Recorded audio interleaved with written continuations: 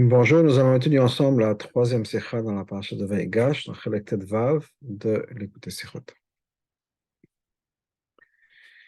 Le Rabbi nous dit la chose suivante: Bessof parachatenu, à la fin de notre paracha, Kasher Mesaper ta Torah, quand la Torah nous raconte Ketzel Kilkel Yosef et Toshavei Eretz Mitzrayim, comment Yosef a nourri les habitants de Mitzrayim, d'Égypte, vers Canaan et de Canaan, Kasher Lo Yabi Adamot Kesef, quand il n'y avait plus d'argent pour eux, des lechosh mazon pour pouvoir acheter à manger, Natanam Yosef Lechem.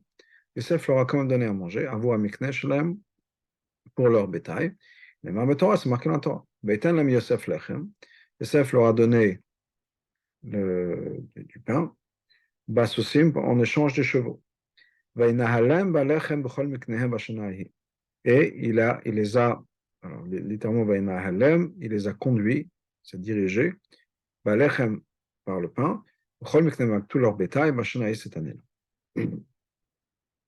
Hachem s'attête à Mila Vainahalem. Rashi donc prend ce mot-là Vainahalem. Farash explique. Mot Vainagam, il est comme le mot qui vient du mot de Hanaga, les conduire.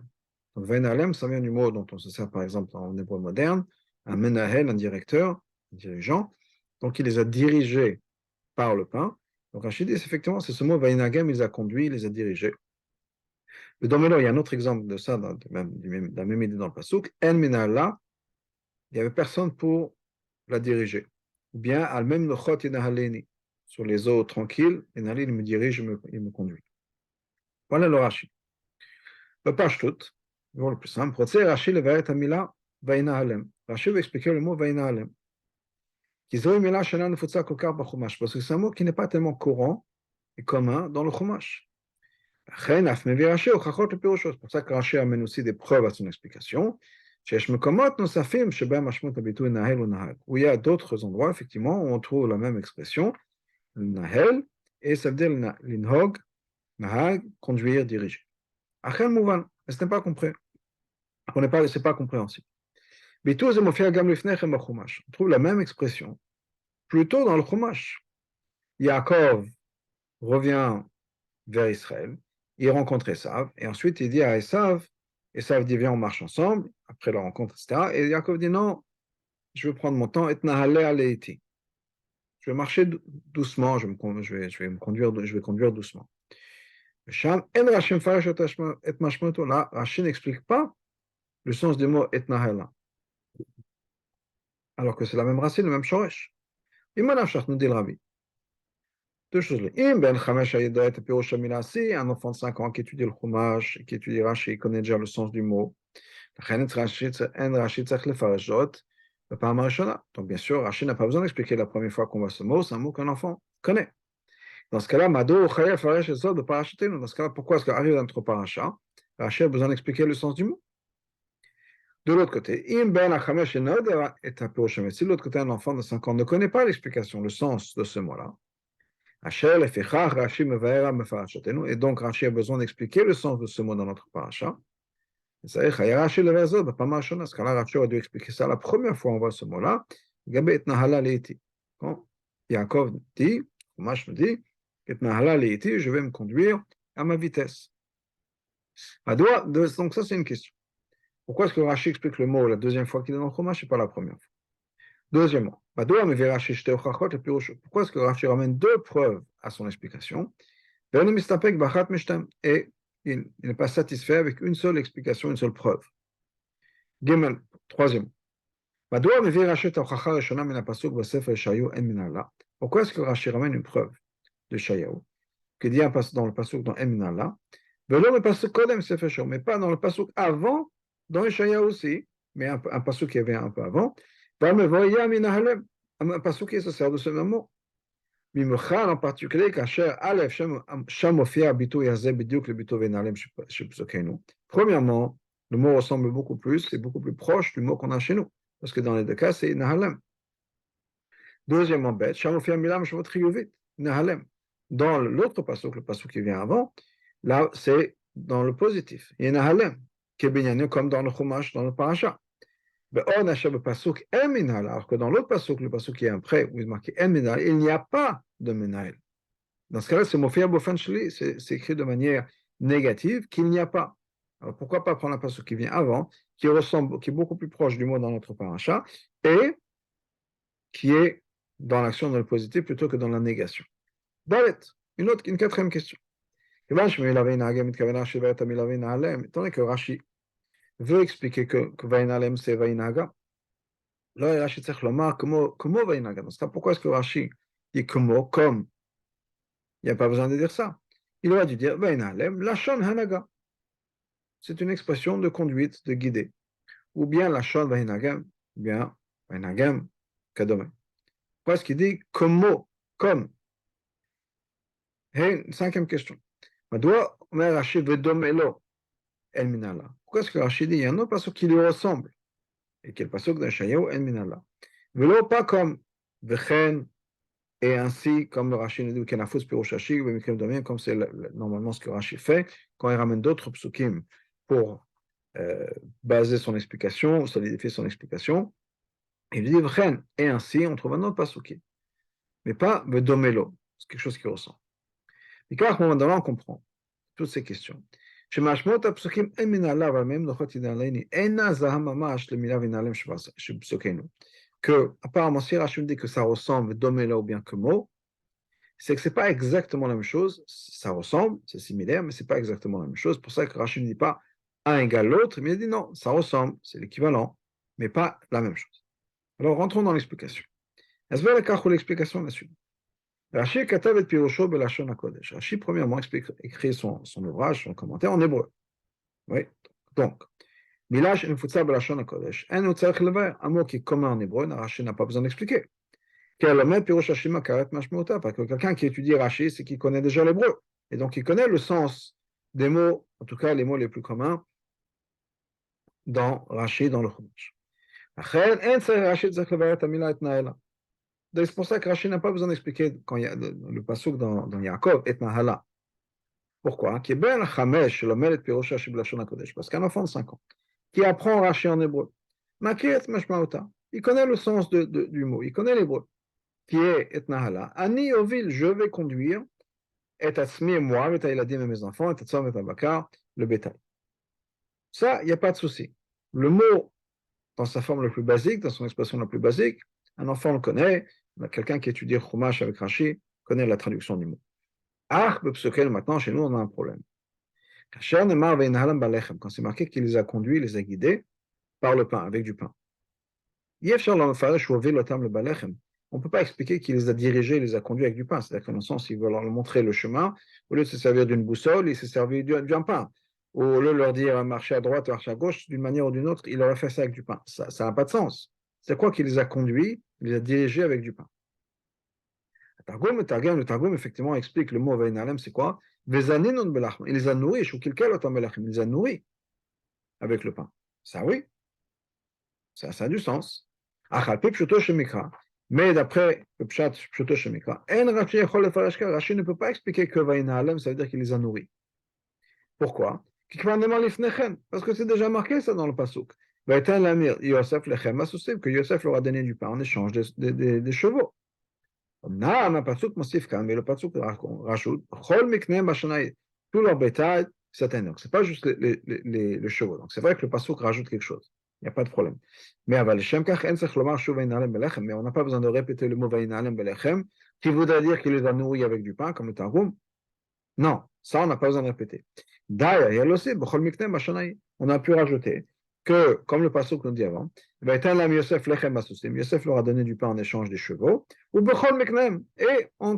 tout leur bétail, cette année-là, là où ils n'avaient plus d'argent, alors en échange des animaux, Yosef leur a donné du bétail. Donc ça, si le pasuk nous rajoute quelque chose, ça ne veut pas dire qu'il les a nourris, on le sait déjà.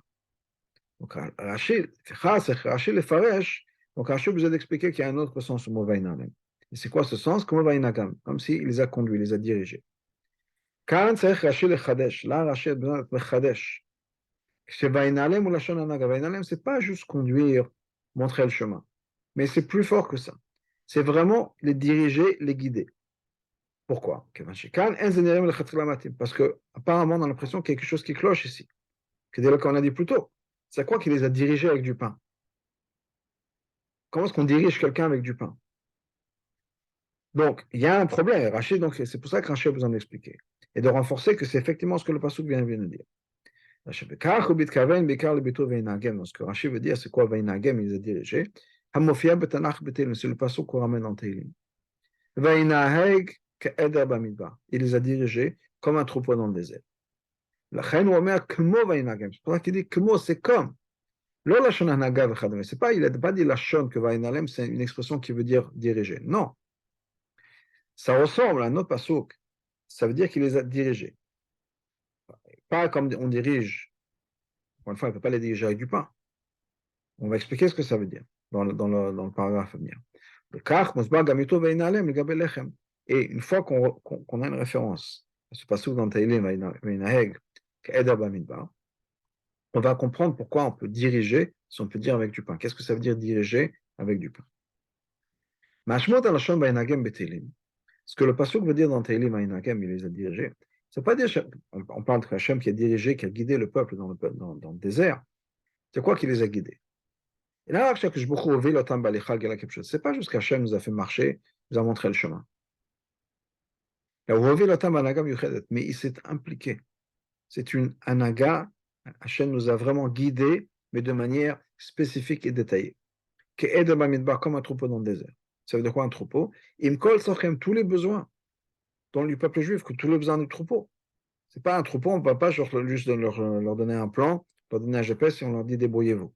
Il faut qu'on s'en occupe à chaque étape, qu'on leur donne à manger, qu'on leur donne à boire, qu'on leur dise tourne à droite, tourne à gauche, etc. Et ça, c'est ce que Hachem a fait. C'est vraiment rentrer dans les détails et être en contact proche de la personne, de l'individu ou de l'entité, si on parle d'animaux, qu'on va diriger. Donc c'est Naga Miyuchel Kedem Aminba, comme donc un troupeau dans le désert. Ils me tous leurs besoins. Comme ce berger qui va guider un troupeau dans le désert. Dans le désert, il n'y a pas juste un endroit où c'est facile dans les pâturages, mais dans le désert, on a besoin de plus d'efforts. Ça, c'est quelque chose que le berger a besoin vraiment de se donner et de s'impliquer dans la direction de son troupeau, s'occuper de son troupeau. Qu'ils ont tous leurs besoins qui soient adressés.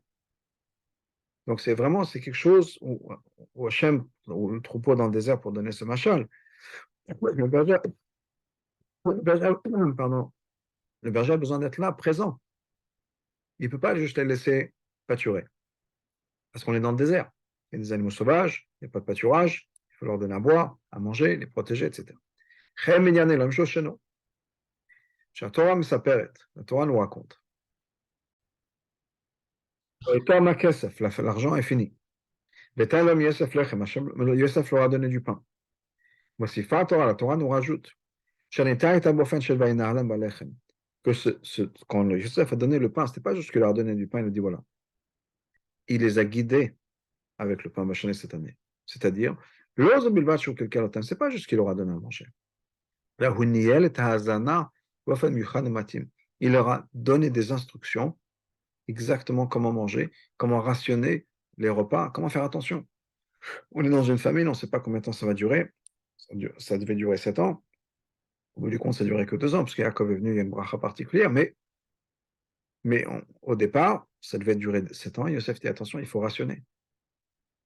Ne gaspillez pas. Donc, il fallait calculer et diviser et distribuer le pain d'une manière chez Maspik le Shana Shlema, que ça puisse suffire pour une année entière.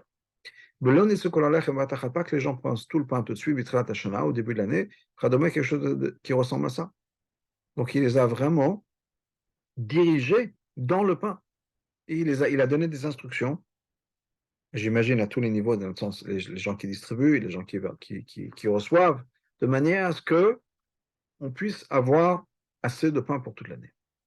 Par exemple, c'est marqué d'ailleurs dans la Torah plus tôt, qui est marqué Yosef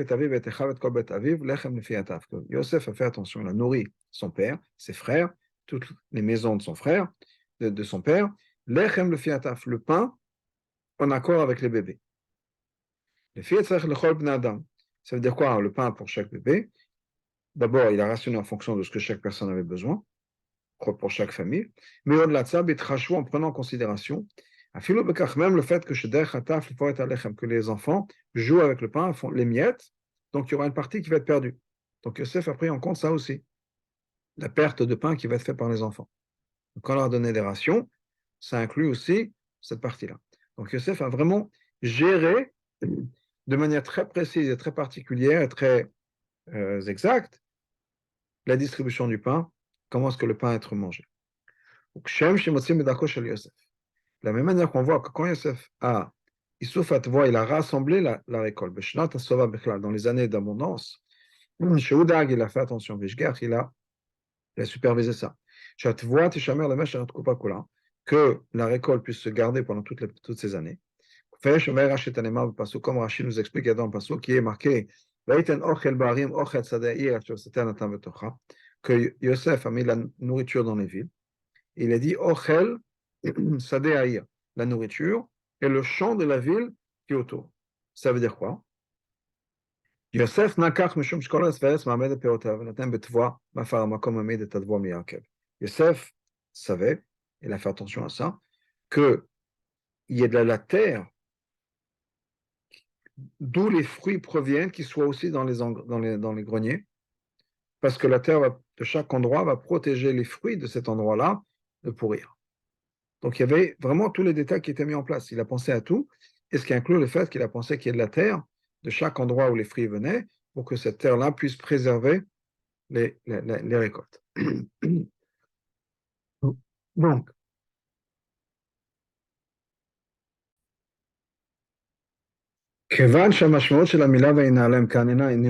étant donné que les mots Vainalem aussi, le mot Vainalem aussi, c'est pas juste guidé de manière générale.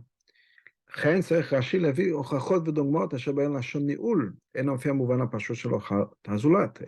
besoin de nous ramener d'autres exemples, parce que c'est différent de l'habitude. Donc d'autres exemples, on voit qu'effectivement le Nioul, c'est pas juste diriger une personne, conduire une personne.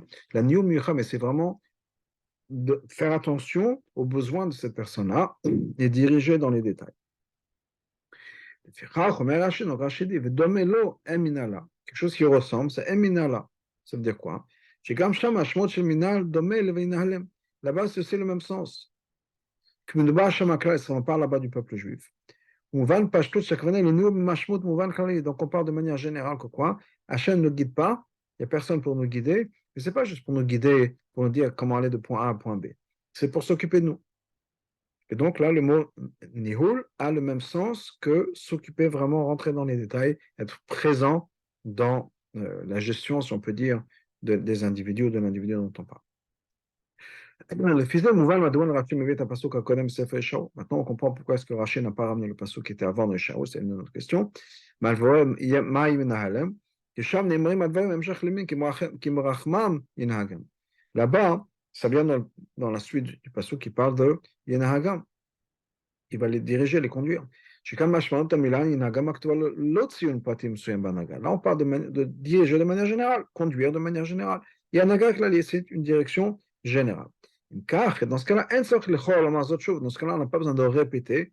Donc, le Vainahalem, ça voudrait dire, encore une fois, la même idée. Et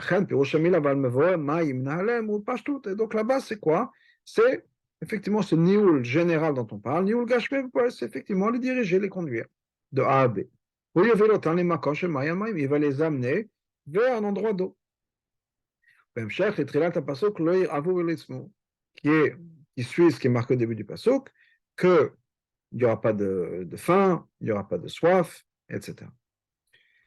Et Madoua, basé sur ça, on prend aussi Madoua et Rashi, mais c'est un pasuk Parashat Beshalach. Pourquoi est-ce que Rashi ne ramène pas un autre pasuk, on parle du même Shoresh, dans Parashat Beshalach, Na'alta bozecha al-neve kodshecha. Na'alta bozecha, tu les as conduits le bosra avec ta force, el-neve kodshecha, vers l'habitation, ta sainte habitation. Là aussi, on peut expliquer très facilement que le Nioul, c'est quoi? Juste les amener de point A à point B, les amener vers Eretz Israël, vers Yerushalayim et Beth Amikdash. Et il y a d'autres exemples dans les Nevi Muktuvim. Là-bas, Nioul, effectivement, ne veut pas dire les diriger de manière générale, s'occuper d'eux dans tous les sens. Et la Nioul, c'est vraiment les diriger de point A à point B, dans ce sens limitée du terme. Et donc, Rachid ne va pas ramener ces exemples-là pour soutenir et supporter l'explication qu'il donne dans notre passage. Ach, pasuk eminala. Par contre, on revient donc à Ishaïo, qui est le pasuk que Rachid avait ramené. Eminala. En de même amash l'inyaneo. Donc, même c'est vrai que ça a le même sens, qui est, il n'y a personne pour s'occuper d'eux. Pas juste pour les diriger de A à B, mais s'occuper d'eux d'une manière générale, comme le berger qui va s'occuper de son troupeau. Mais le rabbi nous dit, c'est pas domaine mamash, c'est pas exactement la même chose. Pourquoi? Même si ça veut pas, on ne peut pas parler de nioul qui veut dire les amener de point A à point B, les diriger au niveau de dans quel sens aller. Regam, hanala klalit, shemenali.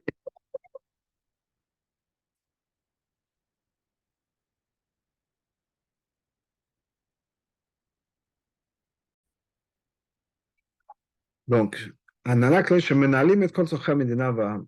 Le met le nioul shenalicha kipshuta. Donc, le rabbi nous dit que c'est pas quelque chose qui ressemble exactement, parce que quand on parle de diriger le pays, ça peut être aussi d'une certaine manière s'occuper de tous les besoins du pays, c'est vrai, mais pas nécessairement rentrer dans les détails de cette proximité. Donc, ce n'est pas nécessairement une preuve claire, ça pourrait être, mais ce n'est pas nécessairement une preuve claire à 100% que Vainalem Balechem, que Yosef a vraiment dirigé la distribution du pain et s'est vraiment impliqué dans la distribution du pain. Donc on peut se servir de ce mot mais Asbir l'anaga qui montre un comportement général. Mais les gabé nyan mesuyam beyoter, mais pour quelque chose de particulier quand même, qui est dans notre cas lechem, pain, qui veut dire mazel, la nourriture. C'est pour ça que Rashi ramène une preuve d'un autre pasuk. Il ne s'est pas contenté d'un seul pasuk, il ramène deux. Le pasuk est Al-Mem Nochot Inahaleni, qui va me conduire, me diriger sur des eaux paisibles. Là, on a effectivement les deux points. D'un côté, on a cette idée de Vainahalem qui n'est pas juste limitée à un transport, une direction physique de point A à point B. Donc, c'est quelque chose de plus général, de plus large. Mais en même temps, il y a, c'est spécifique dans le sens là-bas, c'est Musuyam Shel Shti, boisson, même de l'eau. Donc, c'est pas trop général. C'est pas au sens littéral ou les conduire de A à B, mais c'est aussi spécifique, c'est pas juste un terme qui est général. Et ça ressemble plus à notre pasouk où Yosef, quand il dit qu'il les a dirigés, il ne sait pas qu'il les a amenés de point A à point B avec le pain, il les a dirigés, donc c'est plus au sens littéral, mais ça reste spécifique à la nourriture, au pain à la nourriture. Maintenant, ça, Rachid peut-être qu'aurait pu Rachid ramener ce pasouk, si ça ressemble vraiment. Peut-être qu'il aurait dû ramener ce pasouk en premier. Rachid ne l'a pas fait. Il a ramené l'autre pasouk, Emmenal en premier. Parce qu'en fait, ce pasouk-là, c'est quoi? C'est un machal pour tous les besoins de l'être humain. Comme le Père commence. Hachem Orei lo echsa. Hachem est mon berger, je ne manque rien. Benadesh yabitzeni, même dans les pâturages. Donc, c'est un machal. Mais là, donc on a pu dire qu'effectivement, si c'est la première preuve, c'est que chez nous aussi, dans l'histoire de Yosef, c'est un machal. Mais non, c'est pas un machal. La Kavanah, il est Yosef a vraiment dirigé la distribution du pain, etc. Donc, donc on a pu dire là-bas que c'est un machal. Et pas pour le point même. Pas juste qu'Hachem lui donne tous les besoins, ou Boracham en particulier en premier, Achila Oshtir. Donc, on aurait pu dire, si Rachid n'avait ramené que ce passouk-là, on aurait pu dire, ce que Rachid veut dire, c'est que de la même manière qu'il y a un machal dans le passouk dans les Teilim, même le Chot il y a un machal aussi, ici chez nous aussi c'est un machal. Et quand on a ramené le premier passouk, qui nous dit que Néoul, ça ne veut pas dire juste marcher ou voyager. C'est quelque chose de plus large. On peut aussi expliquer dans ce passage quand même de Chotinalini, effectivement, ça veut dire s'occuper des besoins, pas juste en tant que machal. Faire attention à ce que les gens ont de quoi manger, de quoi boire, etc. Et c'est donc, quand Davka qu'on a ces deux psukim ensemble, Là, on peut rendre compte que quoi? Que, premièrement, Vainalem, ce n'est pas juste marcher, diriger dans le sens de déplacer, de voyager. Ou bien, ce n'est pas juste gérer la gestion de quelque chose. Mais, il peut y avoir quelque chose de plus détaché, de plus général, et qui quelqu'un, mais qui reste quand même spécifique.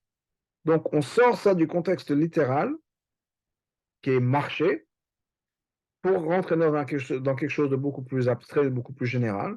Mais quand même, l'idée de Nioul ici, c'est quoi? C'est que ça reste quand même spécifique aux besoins d'une personne. Donc, avec ça, on a expliqué Rashi. Mais il y en a chez Torah Pirosh Rashi. Donc, quelle est la leçon qu'on apprend de Rashi dans la Chassidut? Al pasuk ve'laket Yosef et kol hakesef nimtza ve'et Mitzrayim. Il y a un pasuk qui nous dit que Yosef donc, a réuni tout l'argent qui se trouve à Mitzrayim, puisque en échange de la nourriture, il a acheté, il a demandé l'argent, puis en plus, après les batailles, les bétails, etc. Donc le pasuk dit ça. Ensuite, va Yav Yosef et kesef ba'et Paro, que Yosef a ramené cet argent-là à la maison de Paro. Le vers Admor Hazaken et Torah. L'Admor Hazaken explique ça dans Torah. Shavat Hashem yeshne sugim klanim. Que cette kesef-là, ça représente Avat Hashem. Et dans Avat Hashem, il y a deux sortes d'amour pour Hashem. Premièrement, Hava Notzed Venalda l'idée à Sechel. Il y a une Hava, il y a un amour qui est créé et qui est le résultat de notre intellect. C'est-à-dire, c'est le résultat d'une méditation, d'une réflexion sur la grandeur d'Hachem, etc. Ça, c'est une chose. Mais il y a une autre sorte d'amour. Il y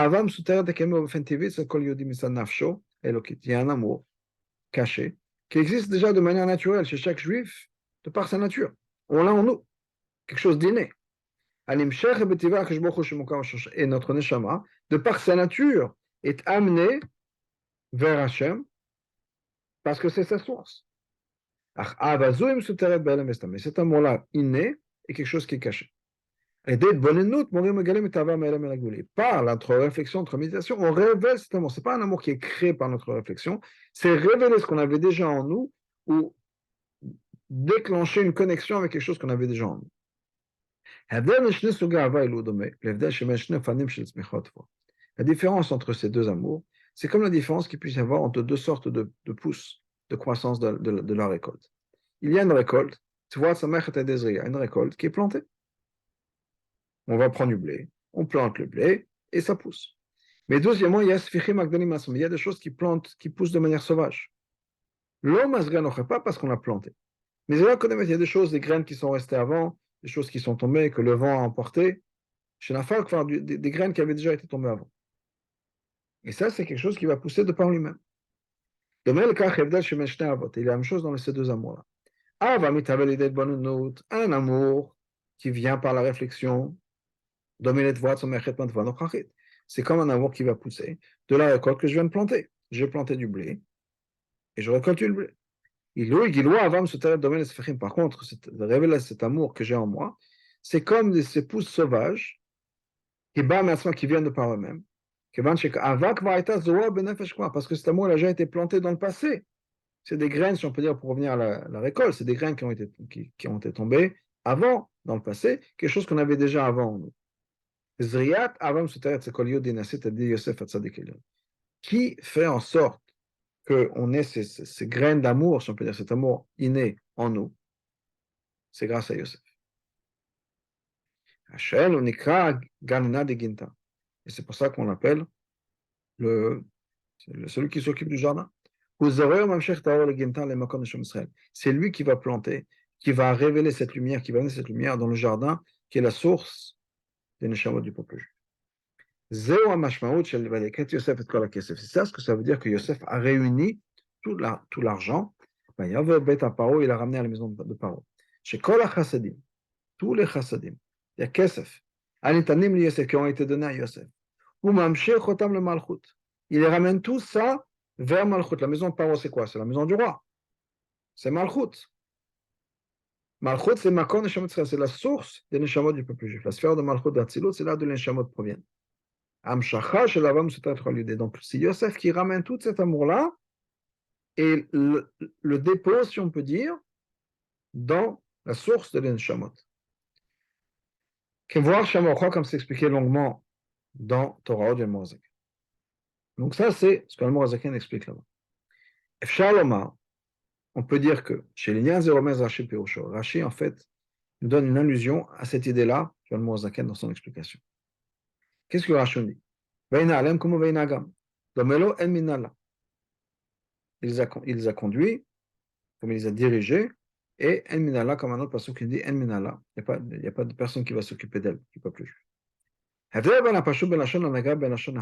C'est quoi la différence entre Anaga et Anala? Rachid nous dit que ça ressemble.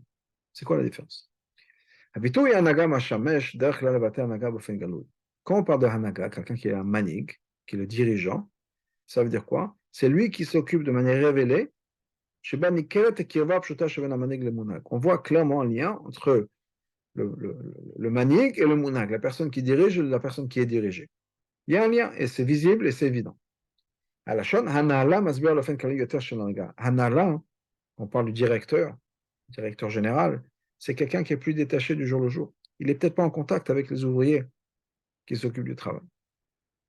Donc c'est une anaga, une direction, mais qui est plus détachée, qui est plus générale.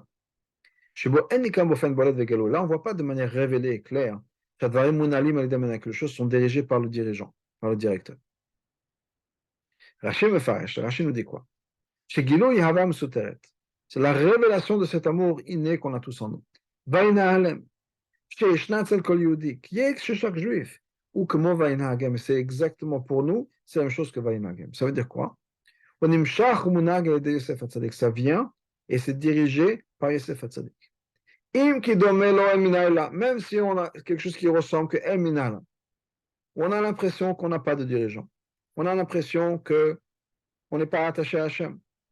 C'est juste une impression. Que les choses arrivent par eux-mêmes.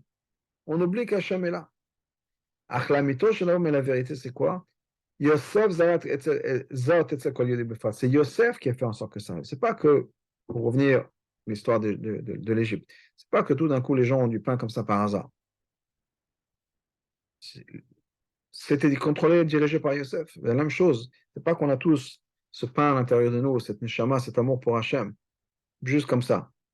On est né avec et puis c'est tout. C'est venu par les efforts de Yosef Hatzadik. Ah, la mytho shava Yosef zaras kol kol yodi on est chez Yosef amené chaque jour. Alors, Mikevan, Sheshora Shabadou Or Kama, étant donné que la source de ça, c'est une lumière qui est très élevée, Analem et qui dépasse l'ordre de la création, on n'a pas l'impression, on voit pas que ça vient d'eau. Mais la vérité, c'est que ça vient d'en haut. C'est pour ça que Rashi continue. Il ramène un autre pasuk. Qu'est-ce qu'on voit de ce pasuk-là? Deux choses. Que la révélation de cet amour qu'on a inné en nous, c'est pas parce que tout d'un coup on a pensé, on a médité, on a réfléchi. C'est quelque chose qui vient d'avant.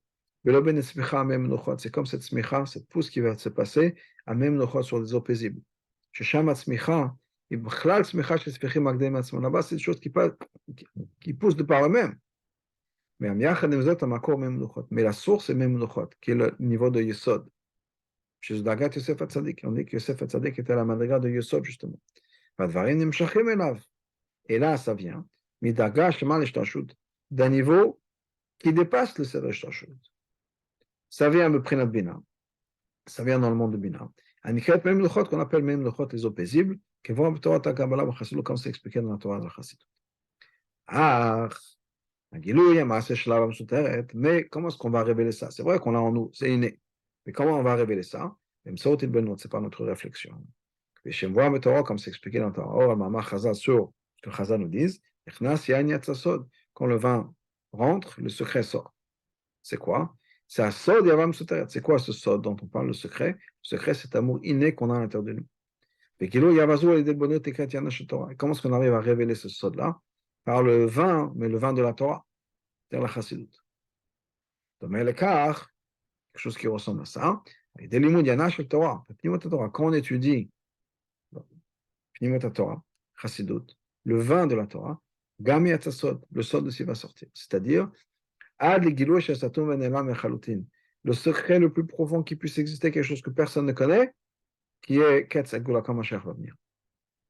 Avtachat Melech HaMashiach le Baal Shem Tov, comme Mashiach a promis le Baal Shem Tov, שהוא בא, que Mashiach va venir, שיפוצו מעיינתך החוצה, quand les מעיינות de la chassidut vont être répandus à l'extérieur, המעיינות שפנימיות התורה, les מעיינות, les sources de la pnimiut à Torah.